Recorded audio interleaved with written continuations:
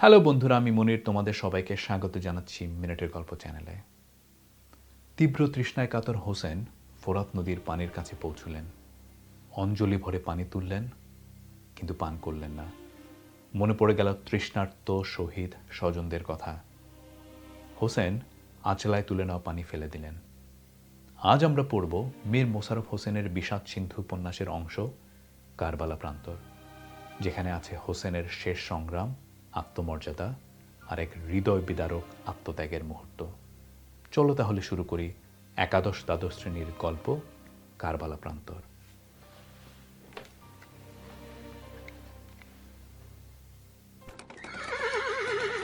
ইমাম হোসেনের অশ্বের পদধ্বনি শ্রবণ করিয়া এজিদের সৈন্যগণ চমকিত হইল। সকলের অন্তর কাঁপিয়া উঠিল। সকলেই দেখিতে লাগিল হোসেন স্বয়ং যুদ্ধক্ষেত্রে আসিতেছেন। দেখিতে দেখিতে চক্ষের পলকে মহাবীর হোসেন যুদ্ধক্ষেত্রে আসিয়া উচ্চস্বরে বলিতে লাগিলেন, ওরে পাপাত্তা এজিদ, তুই কোথায়? তুই নিজে দামেস্কে থাকিয়া নিরীহ সৈন্যদিগকে কেন রণস্থলে পাঠাইয়াছিস? আজ তোকে পাইলে জ্ঞাতিবধ বেদনা, ভাতৃপুত্র কাশেমের বিচ্ছেদ বেদনা এবং স্বীয় পুত্রগণের বিয়োগ বেদনা সমস্তই আজ তোর পাপ শনিতে শীতল করিতাম। ওরে অর্থলোভী পিশাচেরা, ধর্মভয় বিসর্জন দিয়া আমার বিরুদ্ধে অস্ত্র ধারণ করিয়াছিস? আয় দেখি, কে সাহস করিয়া আমার অস্ত্রের সম্মুখে আসিবি? আয়, আর বিলম্ব কেন? এজিদপক্ষীয় সর্বশ্রেষ্ঠ যোদ্ধা আব্দুর রহমান হোসেনের সহিত যুদ্ধ করিতে তাহার চিরসাধ। অশ্বপৃষ্ঠে আরোহণ করিয়া সেই আব্দুর রহমান অসি চালনা করিতে করিতে হোসেনের সম্মুখে আসিয়া বলিতে লাগিল, হোসেন, তুমি আজ শোকে তাপে মহাকাতর। বোধহয় আজ 10 দিন তোমার পেটে অন্ন নাই, পিপাসায় কণ্ঠতালু বিশুষ্ক। এই কয়েকদিন কেন বাঁচিয়া আছো বলিতে পারি না। আর কষ্ট ভোগ করিতে হইবে না, শীঘ্রই তোমার মনের দুঃখ নিবারণ করিতেছি। বড় দর্পে অশ্ব চালনা করিয়া বেড়াইতেছ, এই আব্দুর রহমান তোমার সম্মুখে দাঁড়াইল। যত বল থাকে অগ্রে তুমি আমাকে আঘাত করো। তোমার বল বুঝিয়া দেখি। যদি আমার অস্ত্রাঘাত সহ্য করিবার উপযুক্ত হও, আমি প্রতিঘাত করিব। নতুবা ফিরিয়া যাইয়া তোমার ন্যায় হীন ক্ষীণ দুর্বল যোদ্ধাকে খুঁজিয়া তোমার সহিত যুদ্ধ করিবার জন্য যুদ্ধক্ষেত্রে পাঠাইয়া দিব। হোসেন বলিলেন, এত কথার প্রয়োজন নাই। আমার বংশমধ্যে কিংবা জ্ঞাতিমধ্যে অগ্রে অস্ত্র নিক্ষেপের রীতি থাকিলে তুমি এত কথা কহিবার সময় পাইতে না। অস্ত্রই বল পরীক্ষার প্রধান উপকরণ। কেন বিলম্ব করিতেছিস? যে কোনো অস্ত্র হোক, একবার নিক্ষেপ করিলেই তোর যুদ্ধ স্বাদ মিটাইতেছি। বিলম্বে তোর মঙ্গল বটে, কিন্তু আমার অসহ্য। হোসেনের মস্তক লক্ষ্য করিয়া তরবারি উত্তোলনপূর্বক, তোমার মস্তকের মূল্য 1,00,000 টাকা, এই বলিয়া আব্দুর রহমান ভীম তরবারি আঘাত করিল। হোসেনের বর্ম পরি আব্দুর রহমানের তরবারি সংলগ্ন হইয়া অগ্নিস্ফুলঙ্গ বহির্গত হইল। রহমান লজ্জিত হইয়া পলায়নের উপক্রম করিল। হোসেন বলিলেন, অগ্রে সহ্য কর, শেষে পলায়ন করিস। কেহই আর হোসেনের সম্মুখীন হইতে সাহস করিল না। বলিতে লাগিল, যদি হোসেন আজ এ সময় পিপাসা নিবারণ করিতে বিন্দুমাত্র জল পায়, তাহা হইলে আমাদের এই একটি প্রাণীও উহার হস্ত হইতে প্রাণ বাঁচাইতে পারিবে না। যুদ্ধ যতই হোক, বিশেষ সতর্ক হইয়া দ্বিগুণ সৈন্য দ্বারা ফোরাতকুল এখন ঘিরিয়া রাখাই কর্তব্য। যে মহাবীর এক আঘাতে আব্দুর রহমানকে নিপাতিত করিল, তাহার সম্মুখে কে সাহস করিয়া দাঁড়াইবে? আমরা রহমানের গৌরবেই চিরকাল গৌরব করিয়া বেড়াই। তাহারই যখন এ দশা হইল, তখন আমরা তো হোসেনের অশ্বপদাঘাতেই গলিয়া যাইব।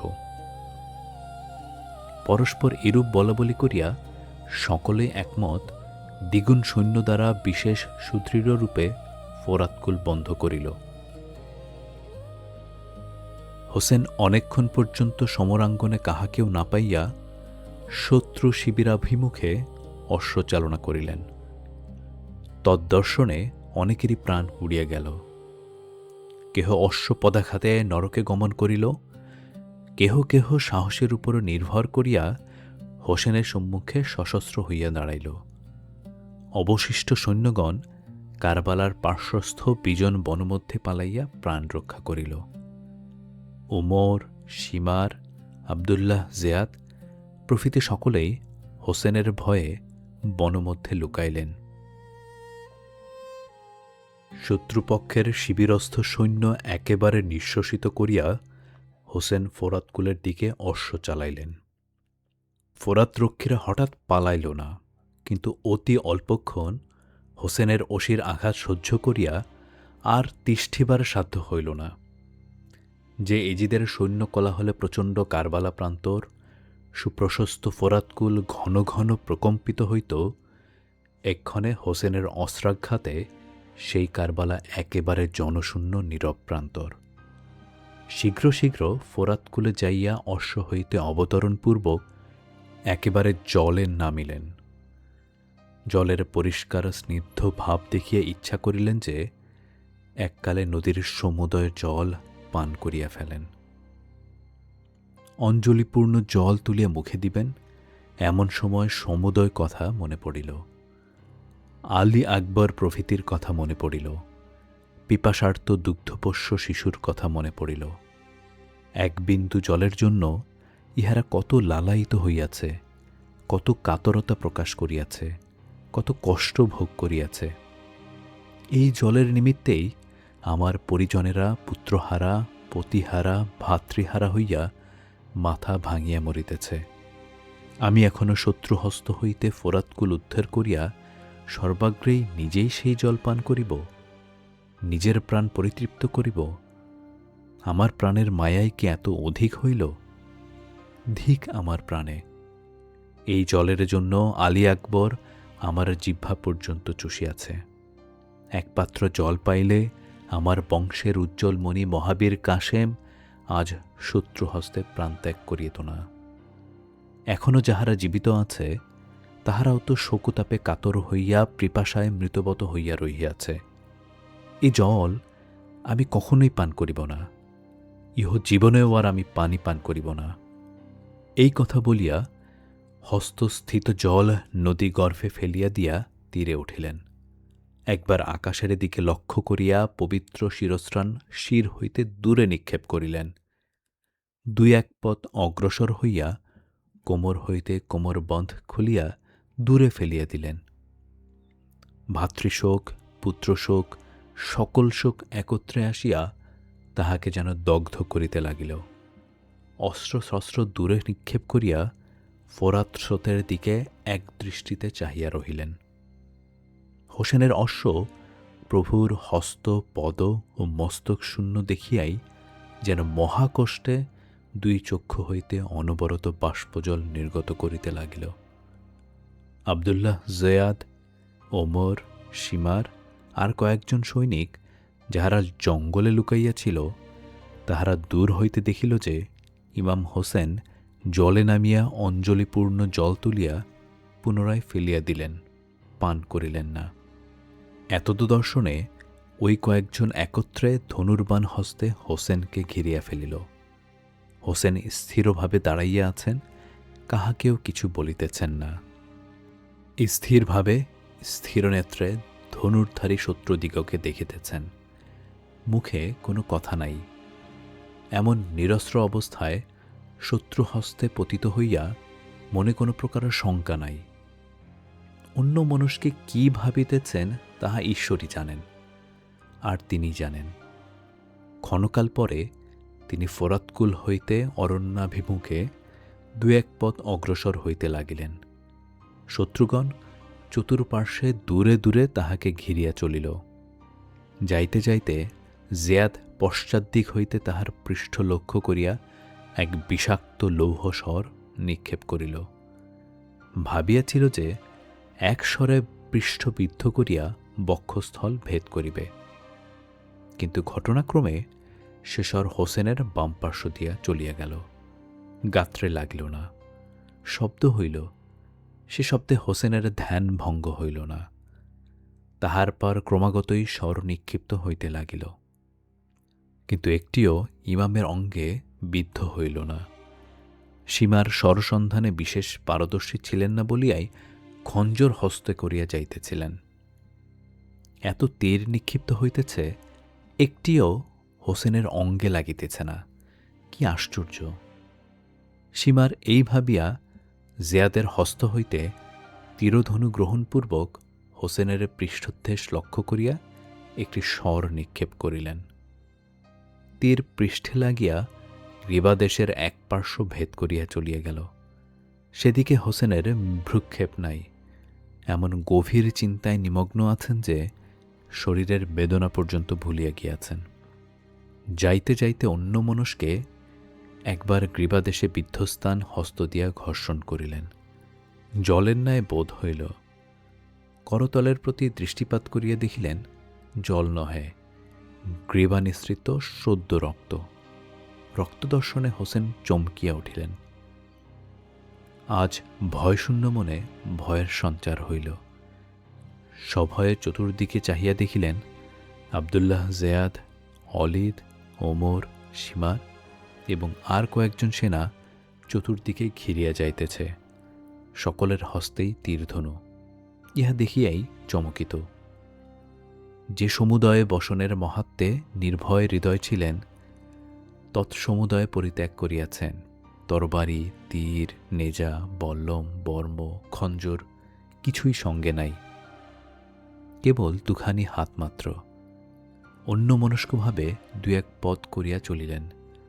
শত্রুরাও পূর্বপথ ঘিরিয়া সঙ্গে সঙ্গে চলিল। কিছুদূর যাইয়া হোসেন আকাশপানে ২-৩ বার চাহিয়া ভূতলে পড়িয়া গেলেন। বিষাক্ত তীরবিদ্ধ ক্ষতস্থানের জ্বালা, পিপাসার জ্বালা, শোকতাপ, বিয়োগ দুঃখ নানা প্রকার জ্বালায় অধীর হইয়া পড়িলেন। জেয়াদ এবং ওমর ভাবিলেন যে হোসেনের মৃত্যু হইয়াছে। কিছুক্ষণ পরে হস্তপদ সঞ্চালনের ক্রিয়া দেখিয়া নিশ্চয় হোসেনের মৃত্যু মনে করিল না। মৃত্যু নিকটবর্তী জ্ঞান করিয়া কিঞ্চিত দূরে স্থিরভাবে দণ্ডায়মান রহিল। হোসেন জীবিত আছেন, উঠিবার শক্তি নাই। অন্যমনস্কে কি চিন্তায় অভিভূত ছিলেন তিনিই জানেন। চক্ষু মেলিয়া বক্ষের উপরে খঞ্জর হস্তে সীমারকে দেখিয়া বলিতে লাগিলেন, তুমি ঈশ্বরের সৃষ্ট জীব, তুমি আমার বক্ষের উপরে বসিলে। সীমার, আমি এখনই মরিব। বিষাক্ত তীরের আঘাতে আমি অস্থির হইয়াছি। বক্ষের উপর হইতে নামিয়া আমায় নিঃশ্বাস ফেলিতে দাও। একটু বিলম্ব করো। একটু বিলম্বের জন্য কেন আমাকে কষ্ট দিবে? আমার প্রাণ বাহির হইয়া গেলে মাথা কাটিয়া লইও। একবার নিঃশ্বাস ফেলিতে দাও। আজ নিশ্চয়ই আমার মৃত্যু। ক্ষণকাল অপেক্ষা করো। অতি কর্কশ্বরে সীমার বলিল, আমি তোর বুকের উপরে চাপিয়া বসিয়াছি, মাথা না কাটিয়া উঠিব না। যদি অন্য কোনো কথা থাকে বল, বুকের উপর হইতে একটুও সরিয়া বসিব না। হোসেন বলিলেন, সীমার, তাহা হইলে শীঘ্রই মাথা কাটিয়া ফেল। অনর্থক আমাকে কষ্ট দিয়া তোমার কি লাভ হইতেছে? বন্ধুর কার্য কর। আমি তো সাধ্যানুসারে চেষ্টা করিতেছি। খঞ্জরে না কাটিলে আমি আর কি করিব? হোসেন বলিলেন, সীমার, তোমার বক্ষের বসন খোলো দেখি। কেন? কারণ আছে। তোমার বক্ষ দেখিলেই আমি জানিতে পারিব যে তুমি আমার কাতেল কিনা। তাহার অর্থ কি? অর্থ আছে। অর্থ না থাকিলে বৃথা তোমাকে এমন অনুরোধ করিব কি জন্য? মাতামহ বলিয়া গিয়াছেন, রক্তমাংসে গঠিত দেহ হইলেও যে বক্ষ লোমশূন্য, তাহার হস্তেই তোমার নিশ্চয় মৃত্যু। মাতামহের বাক্য অলঙ্ঘনীয়। সীমার, তোমার বস্ত্র খুলিয়া ফেল। আমি দেখি, যদি তাহা না হয় তবে তুমি বৃথা চেষ্টা করিবে কেন? সীমার গাত্রের বসন উন্মোচন করিয়া হোসেনকে দেখাইল, নিজেও দেখিল। হোসেন সীমারের বক্ষের প্রতি দৃষ্টিপাত করিয়া দুই হস্তে দুই চক্ষু আবরণ করিলেন। বারবার খঞ্জর ঘর্ষণে হোসেন বড়ই কাতর হইলেন। পুনরায় সীমারকে বলিতে লাগিলেন, আর একটি কথা আমার মনে হইয়াছে, বুঝি তাহাতেই খঞ্জরের ধার ফিরিয়া গিয়াছে। তোমার পরিশ্রম বৃথা হইতেছে সীমার। মাতামহ জীবিত অবস্থায় অনেক সময় স্নেহ করিয়া আমার গলদেশে চুম্বন করিয়াছিলেন। সেই পবিত্র ওষ্ঠের চুম্বন মাহাত্মেই তীক্ষ্ণধার অস্ত্র ব্যর্থ হইয়া যাইতেছে। না, তাহা কখনোই হইবে না, এরূপ কিছুতেই কার্যসিদ্ধ হইবে না। দেখো, নিঃশ্বাস ফেলিতে আমার বড়ই কষ্ট হইতেছে। শীঘ্র শীঘ্র তোমার কার্য শেষ করিলে তোমারও লাভ, আমারও কষ্ট নিবারণ। তুমি ওই তীরবিদ্ধ স্থানে খঞ্জর বসাও, এখনই ফল দেখিতে পাইবে। তোমার কথা শুনিলে আমার কি লাভ হইবে? অনেক লাভ হইবে। আমি ধর্মমত প্রতিজ্ঞা করিতেছি, পরকালে তোমাকে অবশ্যই মুক্ত করাইব। পুনঃ পুনঃ ঈশ্বরের নাম করিয়া আমি ধর্মত প্রতিজ্ঞা করিতেছি, তোমাকে স্বর্গে লইয়া যাইতে না পারিলে আমি কখনোই স্বর্গের দ্বারে পদনিক্ষেপ করিব না। ইহা অপেক্ষা তুমি আর কি লাভ চাও ভাই? হোসেনের বক্ষ পরিবর্তন করিয়া সীমার তাহার পৃষ্ঠ পরি বসিল। ইমামের দুইখানি হস্ত দুই দিকে পড়িয়া গেল। দেখাইতে লাগিল, জগৎ দেখুক আমি কি অবস্থায় চলিলাম। নূরনবী মোহাম্মদের দৌহিত্র, মদিনার রাজা, মহাবীর আলীর পুত্র হইয়া শূন্য হস্তে সীমারের অস্ত্রাঘাতে কিভাবে আমি ইহ সংসার হইতে বিদায় লইলাম। জগৎ দেখুক। আকাশ, পাতাল, অন্তরিক্ষ, অরণ্য, সাগর, পর্বত বায়ুভেদ করিয়া চতুর্দিক হইতে রব হইতে লাগিল, হায় হোসেন, হায় হোসেন।